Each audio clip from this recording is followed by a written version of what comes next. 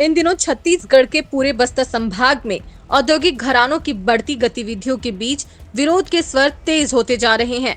इसी कड़ी में बीते दिन बस्तर अधिकार मुक्ति मोर्चा और जनता जोगी कांग्रेस के पदाधिकारियों ने संयुक्त पत्रकार वार्ता कर प्रदेश सरकार और एनएमडीसी सीएमडीसी पर गंभीर आरोप लगाए। पत्रकार वार्ता में मुक्ति मोर्चा के संभागीय संयोजक नवनीत चांद ने आरोप लगाया कि राज्य सरकार अघोषित रूप से केंद्र सरकार के इशारों पर कार्य कर रही है। उन्होंने दावा किया कि दक्षिण बस्तर में एनएमडीसी और अन्य कंपनियों से मिलने वाले डीएमएफ यानी जिला खनिज न्यास फंड के हजारों करोड़ रुपए का उपयोग अन्य राज्यों के चुनावों में किया जा रहा है।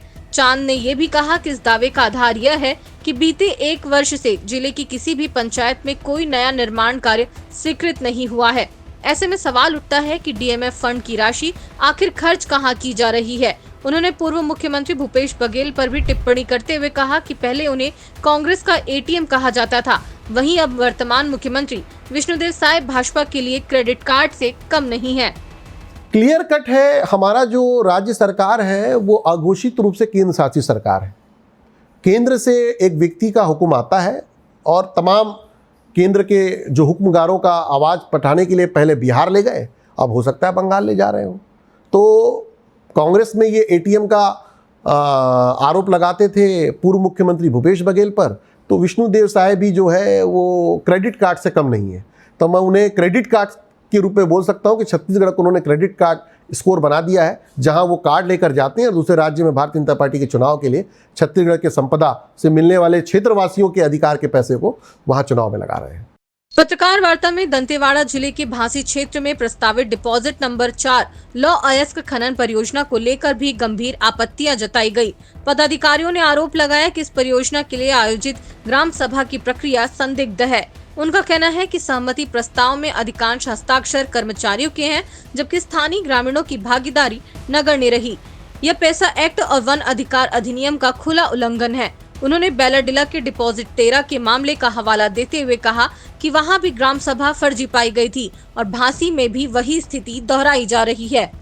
मुक्ति मोर्चा जोगी कांग्रेस ने मामले के निष्पक्ष जांच कराने और दोषियों के खिलाफ वैधानिक कार्रवाई की मांग की है। उन्होंने चेतावनी दी कि यदि जल्द कार्रवाई नहीं की गई तो वे न्याय के लिए उग्र आंदोलन का रास्ता अपनाने को मजबूर होंगे।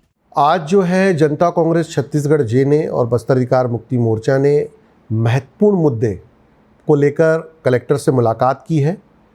मीडिया में जो पिछले दिनों एक बड़ी रिपोर्ट्स आई 4 नंबर डिपॉजिट्स को लेकर, जिसमें मीडिया ने यह खुलासा किया है कि ये जो 4 नंबर डिपॉजिट की प्रक्रिया सरकार प्रशासन के द्वारा अपनाई गई, इसमें जो ग्राम सभा की भूमिका है वो पूरी तरह से संदिग्ध है। इस भूमिका को लेकर एक पंजीयन पत्र भी जारी किया गया है, जिसमें सिर्फ और सिर्फ 22 से 28 लोगों के हस्ताक्षर बताए जा रहे हैं जो शासकीय कर्मचारियों के। ये सीधे सीधे पेसा एक्ट और वन अधिनियम 2006 के मौलिक अधिकारों का उल्लंघन है। औद्योगिक क्षेत्र के अंदर में एक बड़ा धोखा जो ग्रामवासियों के साथ निकल कर आ रहा है।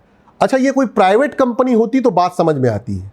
ये राज्य सरकार और एनएमडीसी की संयुक्त कंपनी है, जिसने फिर एक बार 13 नंबर डिपॉजिट की तरह 4 नंबर डिपॉजिट में भी बस्तर वासियों के साथ छलावा किया है।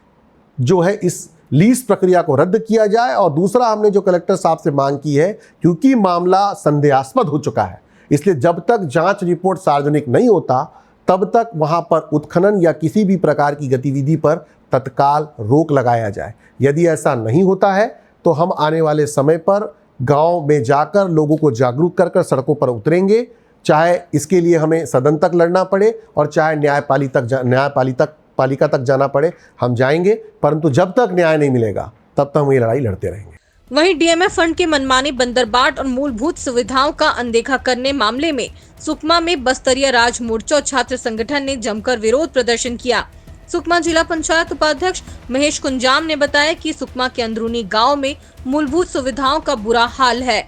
सुकमा में बिजली, शिक्षा, स्वास्थ्य, पानी के लिए लोग तरस रहे हैं। डीएमएफ मद का इस्तेमाल इन चीजों के लिए होना चाहिए। ग्राम पंचायतों का इनमें दखल होना चाहिए, वरन इसके जिला प्रशासन द्वारा ग्राम पंचायतों को अनदेखा किया जा रहा है। 10 सूत्रीय मांगों को लेकर हम लोग जिले का जो जनहित के लिए जो मांग है जन समस्याएं हैं उन मांगों को लेकर हम लोग आज धरना और रैली के माध्यम से कलेक्टर घेराव किए हैं। जो मुद्दे हमारा जनहित का है, जो हमारे जिले में जिले की विकास के लिए जो फंड आता है, विशेष फंड जो डीएमएफ का मद है, डीएमएफ फंड होता है, करीबन 125 करोड़ रुपया आता है यहाँ। उस फंड का उपयोग विकास कार्यों में किया जाने का ये नियम में है, लेकिन यहाँ तो ऐसा हो जाता है कि जो सरकार में आता है उसका फंड हो जाता है। पहले बीजेपी आज जो चला रहा है, आज बीजेपी की सरकार है तो बीजेपी का फंड हो गया, बीजेपी बांट के बंदर बांट करके अपना पावाई लूट रहा है, जबकि ये जनता का फंड है।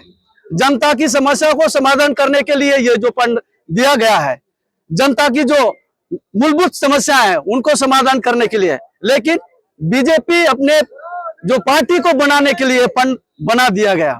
पहले कांग्रेस की ऐसी हरकतें थी, आज बीजेपी सरकार आई वो भी वही हरकत कर रही है।